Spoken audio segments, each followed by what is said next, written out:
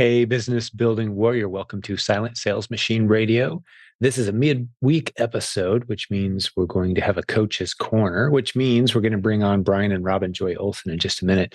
They are two great coaching directors who have a team of coaches under them who serve this community. If you weren't aware, we've got about 60 coaches on our team. They're divided up into teams, and Brian and Robin Joy, who are going to host here in just a moment, direct one of those teams. If you want to talk to us about e-commerce coaching, your business plans for the future, and how maybe we can contribute to helping you get where you're trying to go a little faster, we'd love to have that conversation. You can go to silentjim.com/book a call, silentjim.com/book a call, all one word, book a call. And we'd love to have a conversation with you about where you are now, where you're trying to get, what the best way to connect those 2 points is. And our team may have a role to play in that. We'd love to give you some free resources for your time, as well as give you a big shove in the right direction as the worst case scenario, or maybe talk to you about one of the courses or maybe some coaching as well. Just so you know, we turn away just about as many people as we accept into our coaching program because you have to be well equipped, well established. You have to have the margin in your life to be ready for coaching. That means the financial, the emotional, the relational, the time and scheduling margin, those kinds of things all go into you having the ability to successfully launch a business going at the pace that we'd like to see if you're going to take advantage of our coaching program. So give us a call. We'd love to have that talk with you. But Brian and Robin Joy, again, who I'll bring on in just a moment. Today, they're going to be talking about the fact that here we are, mid-December or so as I'm recording this. It's coming at us quick. And Q4, the final 3 busy shopping months of the season. Is it over? No. January is every bit as much, in some cases, busier than December for many sellers in our community. And because the base level strategy that we teach here is called the replens selling model, well, every month is a good month to be sending in additional inventory. Don't slow down as we cruise through December. Stay with it. Keep sending in test-worthy new ASINs. Keep checking your stats. What's selling? Let's send in more of that. Stick with your business. And that's some of what Brian and Robin Joy are going to discuss with us today. Hey, if you happen to be new around here and this is the first time you've heard our podcast, welcome. Thank you for listening. You should know we have hundreds of interviews with the successful students from our proven Amazon course and coaching program. If you're not familiar, you can go to silentjim.com. There's links to both of those there. But that's what this podcast is. It's interviews with successful students. The vast majority of our episodes are just that. So if you want to scroll back and hear some of those great interviews with our students who are doing great with the systems we teach here, you certainly have that option. And my dog says hello if you can hear him in the background as well. Hey, I get to do this from home. I've been living the e-commerce dream for over 20 years, which means I get to work from home, have a very diversified team around the world. They're all working from home as well. 100 of us serve this community, coaches, content creators, those of us who administrate and moderate the Facebook group, the support team, the people in my warehouse, over 100 people. And I just love working with this team. And hopefully it comes through that we love serving this community. So enjoy this episode today. Some great encouragement. Here we are in about the middle of December 2023, heading into the new year. Some good tips from a couple great coaching leaders, Brian and Robin Joy. Take it away. Welcome back to Silent Sales Machine Radio. We are your co-hosts. I'm Brian. And I'm Robin Joy. And this is Coach's Corner. Hey, Brian. It is late November, early December, right at the cusp, and we are still in Q4 as we're recording this. We are. What do we have to say about that? Well, the thing about Q4 is a lot of people think that it ends in December, but for us in the e-commerce space, it really doesn't. It goes through the majority, if not the entirety of January. Yes. And this is because why? Well, a lot of people get money for Christmas. They get gift cards. Amazon gift cards are a big Christmas present. I give them all the time. Then they're going to need to spend those in January. Guess what? We need to have stuff for them to buy. And they're going to be willing to spend more money than maybe they really otherwise would because someone gave them that money. Right. They're going to buy something that they've been wanting for a while. Yes. Right? So the message is if you are currently selling, don't stop sending stuff in. Yeah. Keep sending your stuff. I think every year for the last 4 or 5 years that we've been doing this, Amazon usually sends a message like, okay, stop sending stuff. We're too busy. And well, they send a message something like, if you want it to get here by Christmas, or you want it to get available by Christmas, you got to stop by this date. no, I'm talking about even just general shipments. Yeah, They're like, okay, we're full up. We can't take any more. We don't care. But we don't stop. We just keep sending stuff, right? We keep sending stuff. Because as it is, like right now, even we sent a shipment in early November. It took almost a month before it became available. And that is in Q4, not unusual. Right. And so consider the fact, Brian, that some people only sell in Q4. Some other strategies, our community is not the only people who are third-party sellers on Amazon. And some people only sell in Q4, and they get super busy during this time. Yeah. Some people only sell in Q4, right? Some people only, you're right. There's a ton of people. The warehouses are packed right now. Yeah. There's boxes and boxes. I have a vision in my head of what it looks like. All these boxes stacked up on a loading dock. The trucks just backed up, waiting to offload their stuff that we've sent in. Sure. It's nuts right now. So, but the message here is don't stop sending stuff in, because that will eventually get caught up, and you want your stuff to be there. You need stuff to be there in January. Everybody else may be sold out. We want to be there. We want to have our stuff available when people are spending their Christmas cash and their gift cards in January. It's usually a really good month for us. Yeah. And the other message that I would like to get out there is don't stop sourcing. Oh, good point. Right. The sourcing is something that it's easy to get away from, especially when you're out shopping or when you're there are lots of convenient reasons to stop sourcing. But as a replen seller, if that's what we're doing here, the goal of the replens is you always got fresh blood. We always got fresh products that are going in, because we typically have replens that are falling off. And if we're selling seasonal items, that kind of pumps up our holiday numbers. Right. But we need to replace those things with other items that are not seasonal to replace that income too. I think we all probably have a little bit of a bubble in Q4. Sure. Of course. Rising tide lifts all boats, right? Right. Yeah. January can still be a great month. So don't forget the fundamentals, which is keep sourcing, keep sending your stuff in. And now is a great time, not now, but as we get closer to the holidays, to consider, and then when they're over, consider sourcing or buying some of the clearance items. That can be a great addition to your inventory when it's easily available. Not unlike the Halloween candy or Halloween items that, a lot of time I used to work in retail. And so the things that were perishable, we would, blow those out the day after Halloween. But the things that we could sell again next year, we packed it back up, put it in a box, and we would bring it back out. Sometimes if it had been there for, multiple seasons, then we put it on clearance and get rid of it, right? Sure. Yeah, you want to be careful of the dates and everything, of course. Yeah, but this can be a great opportunity for you to clean up on some clearance items that you've paid virtually nothing for and make a nice profit on when you're selling them either, earlier in 2024 or in the following seasonal. Right. Following season.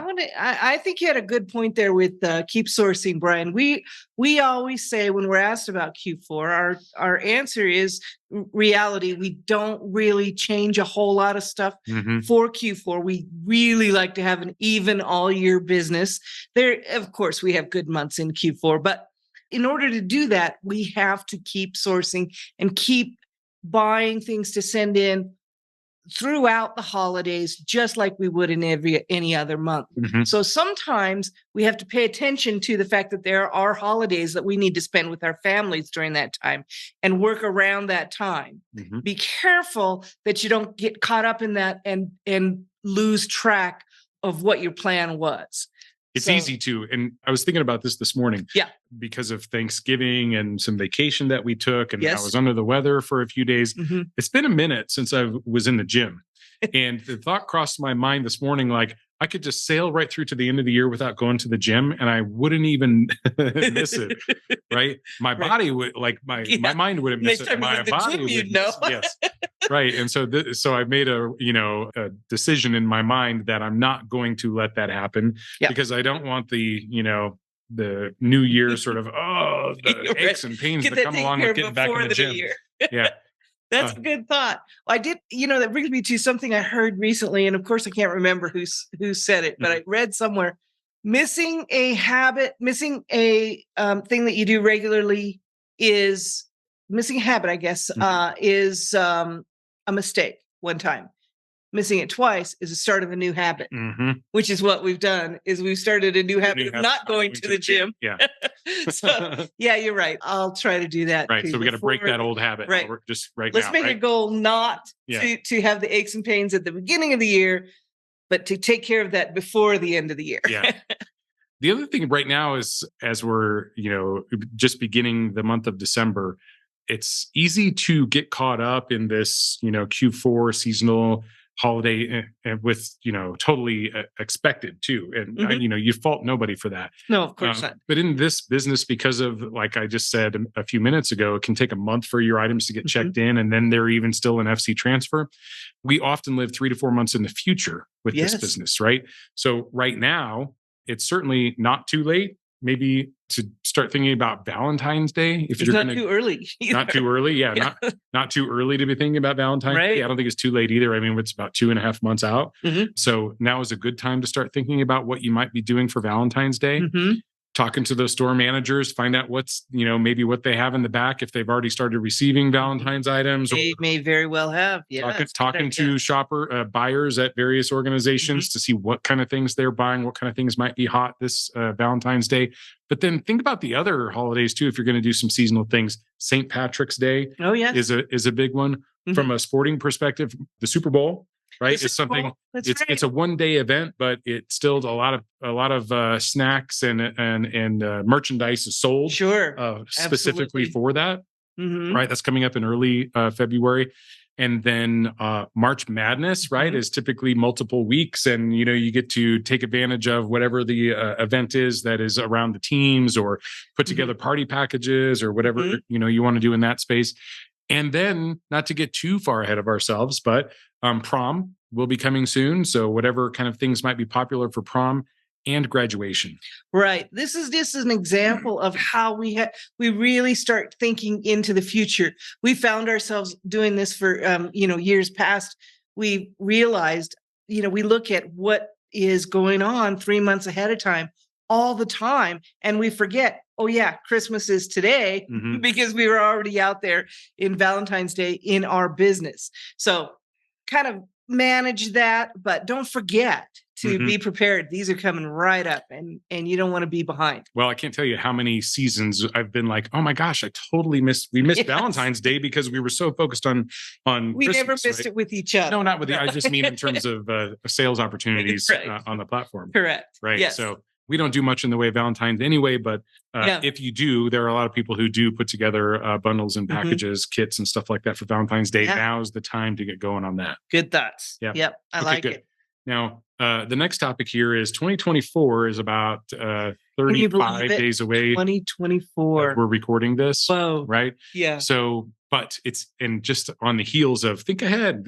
Think 3 to 6 months ahead. Let's not forget that we've got some time here at the end of the year to sort of take a breath. A lot of people reflect during this time. Yep.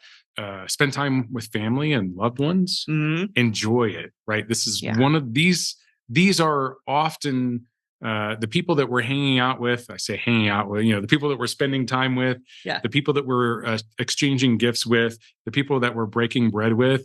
These people in our lives and the experiences that we're having there are usually the reason that we're doing this business in the first place. Right.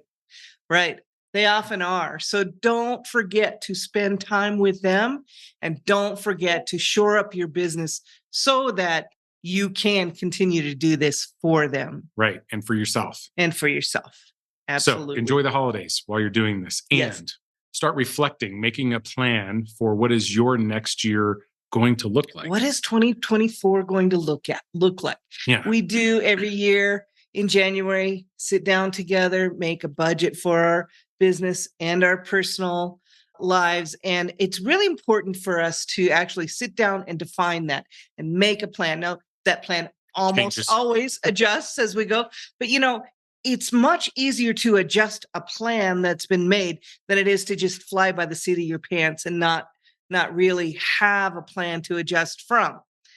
So I do recommend that everybody sit down, at least with your business, and kind of look and see, what do you want to accomplish this year?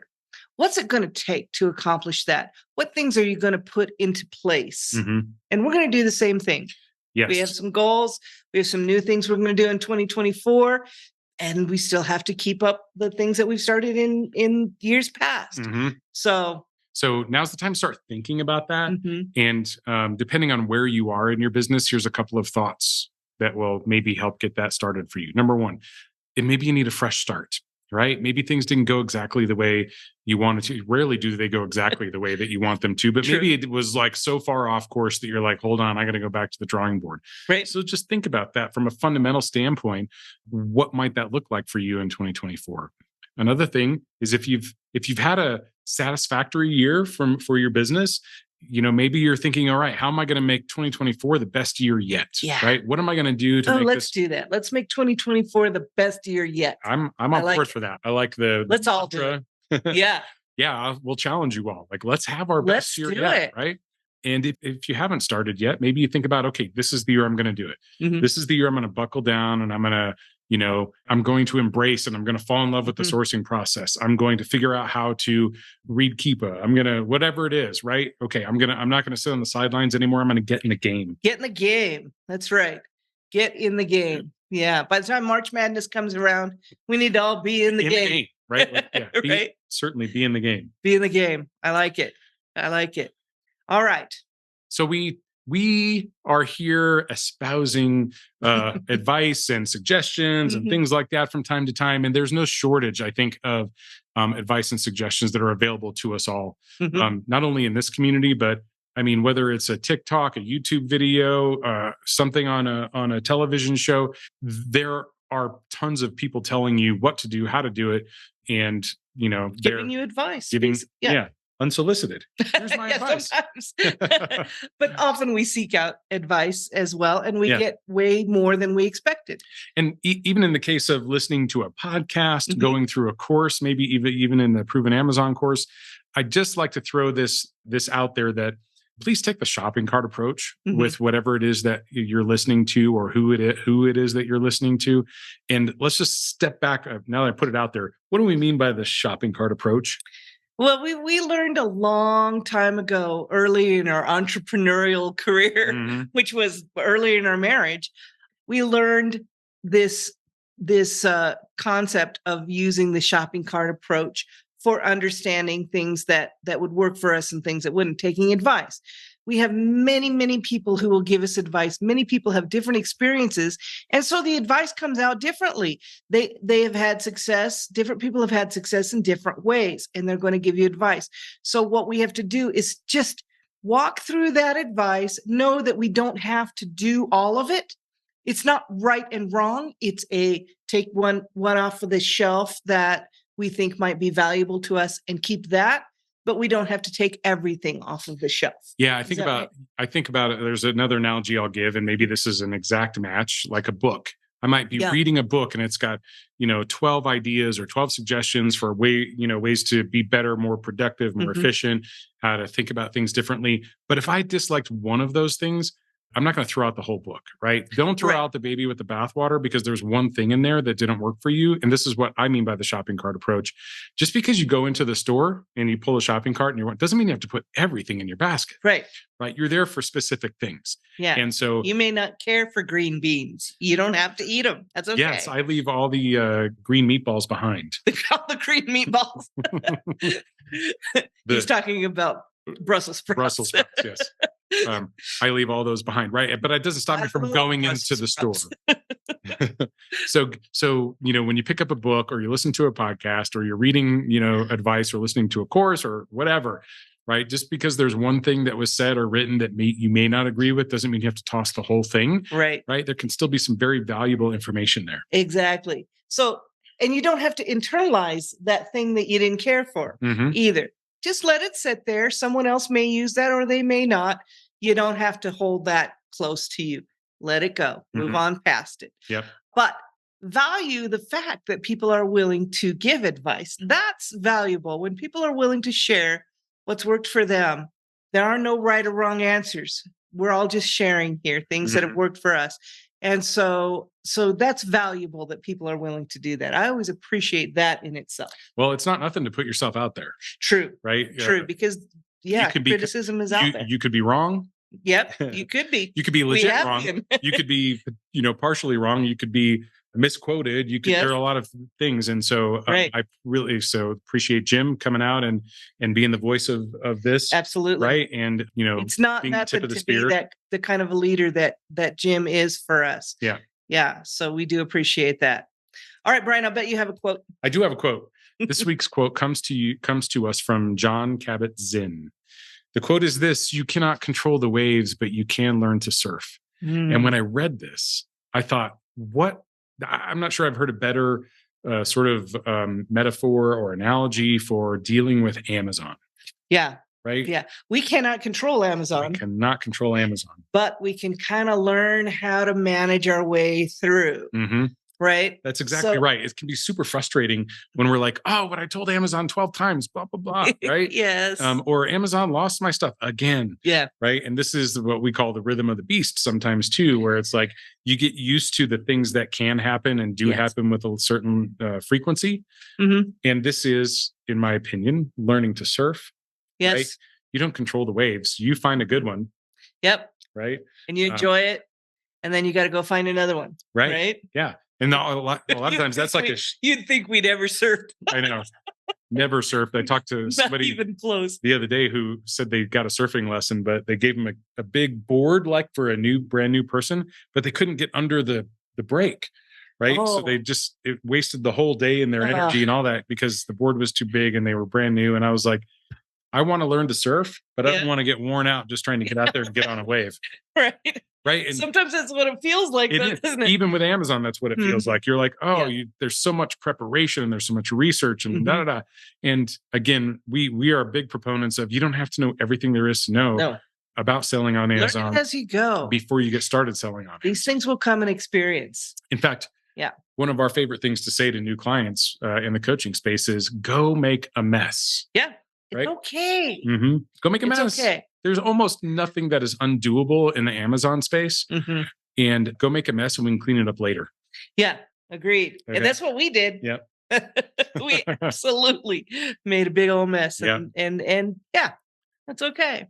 So we're not sure what the rest of this year is going to look like. We wanted to take a few minutes out of this episode and just express gratitude for this community. First of all, we're going to start with Jim for having us on here as co-hosts. Yes, we've been enjoying this so very much. We really do feel honored to be able to do this. Mm-hmm. We really enjoy it. First of all, that's why we do coaching. Mm-hmm. We enjoy being able to help folks along their Amazon journey. We do. And so many thanks to Jim for allowing us to be this voice in the community. We appreciate that. Yeah, we want to thank the coaching office and the Jim Cockrum coaching program for having us as coaches and coach team leaders. We have, I got to tell you, I never realized how important it would be to me to coach until I tried it. And I just love it and enjoy it so much. I wish I could do more and more of it. We are so grateful for that opportunity to coach individually people and also to coach in the Kickstart program that I've been able to do. It has been so rewarding for me and watching people just thrive in the community that we've been able to work for. Work with. Yeah. Yes, it's been wonderful. So we're grateful for the coaching office and also for the coaches on our team. Yes. So we do have a team of coaches that we've been working with for the past, couple of years, and it's been a complete joy to work with them all. And they really bring joy to not only the coaching clients, I think, that they work with, but also to us. We're really grateful to have time with them and to have them on our team, as well as all the coaches in the program.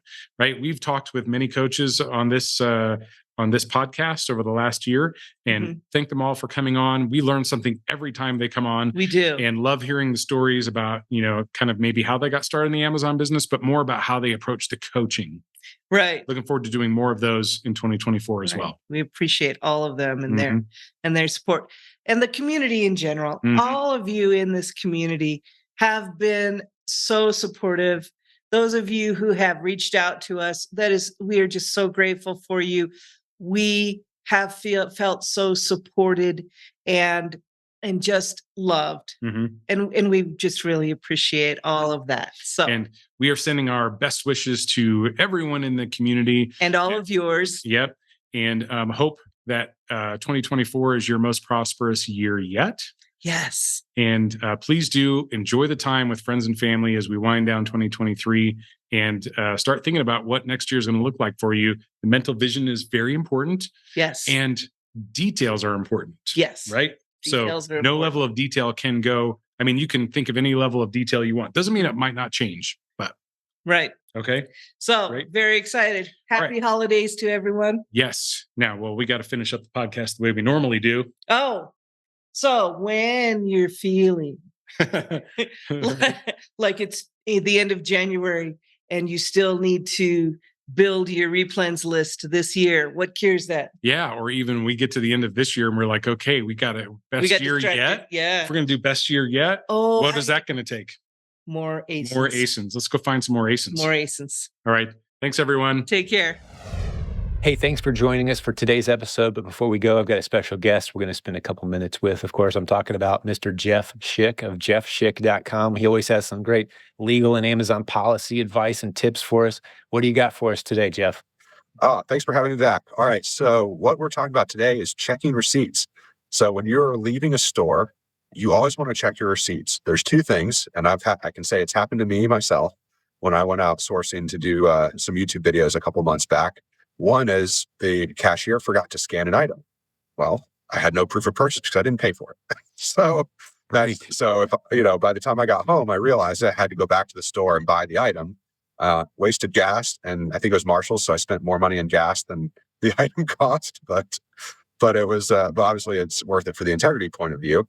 So one is getting that receipt is important to make sure to check your items, make sure that everything you purchased is on there, because just because you went and bought 17, pairs of sneakers, if you only paid for 15, and if you send 17 into Amazon, they're not going to account for 2 of them. They're not going to say, well, 15 is close enough to 17. They're just going to say, okay, well, you can't prove the authenticity of those 2 sneakers. So you want to make sure, one, that all the quantities are correct and that all the products that you purchased are on the receipt. Second thing is you want to look at that receipt and make sure the details are correct for the store. So we've been seeing in our practice a lot of receipts coming in lately that are either missing phone numbers or addresses. So like there's some stores out there, the receipt has everything. It's got the UPC, it's got the logo, it's got the name, and then it'll just say like 123 Main Street. And then, Anytown, USA, 00000, because somebody forgot to set up. Right. Yeah. And someone forgot to set up the cash register. So it doesn't have the details. And so when Amazon gets this, they're like, well, this doesn't tell us what store you bought it from because it's missing the address or it's missing the phone number. We've also seen receipts where it has the logo and then it'll just say store number 953. And then it'll say, Atlanta, Georgia. And then that's it. It doesn't say what the address or the phone number for store 953 is. And unfortunately, when Amazon gets that, they can't accept it because even though it's a brand name, big box retailer, they're not going to go look up store 953 to figure out what's their phone number and their address. And they're just going to reject it. They'll just reject the receipt as not valid proof of purchase. And for those who don't know, it doesn't happen very often, but it happens often enough that you definitely should be saving all the receipts for all of your reselling activity. When you go to stores and you buy products, make sure it's a detailed receipt, shows what you bought, what you paid, what store you got it from, because Amazon might ask for that as verification that it's a legitimate product that you're selling. So save your receipts, but also take a quick look at them as you're leaving the store and make sure the register was set up properly so that all the information you need is actually on the receipt. That's a great tip. I don't think in the 12 years plus I've been doing this, I don't think I've ever heard anybody bring that one up. I love it. That's a good tip, Jeff. Thanks. Hey, you're most welcome. And also, get a receipt scanner. I can't say that enough. Yes. As people's volumes grow, it just makes sense. Get a receipt scanner because Amazon may want it, and it's way easier to type in, into your computer, pull up all Nike receipts from this time period than to be going one by one through the shoebox trying to find them. So. Yes, absolutely. Great tip. As always, appreciate you, Jeff. Of course, we're talking to Jeff of jeffschick.com. He's a regular guest around here. Get over and see the great program that he has for this community. There's a link in the show notes, actually, as well. So you can go check out the offer that he has for all your Amazon policy and legal advice, man. Sure appreciate you. We'll have you back again real soon, okay? Thank you. Appreciate it. Thanks, Jeff.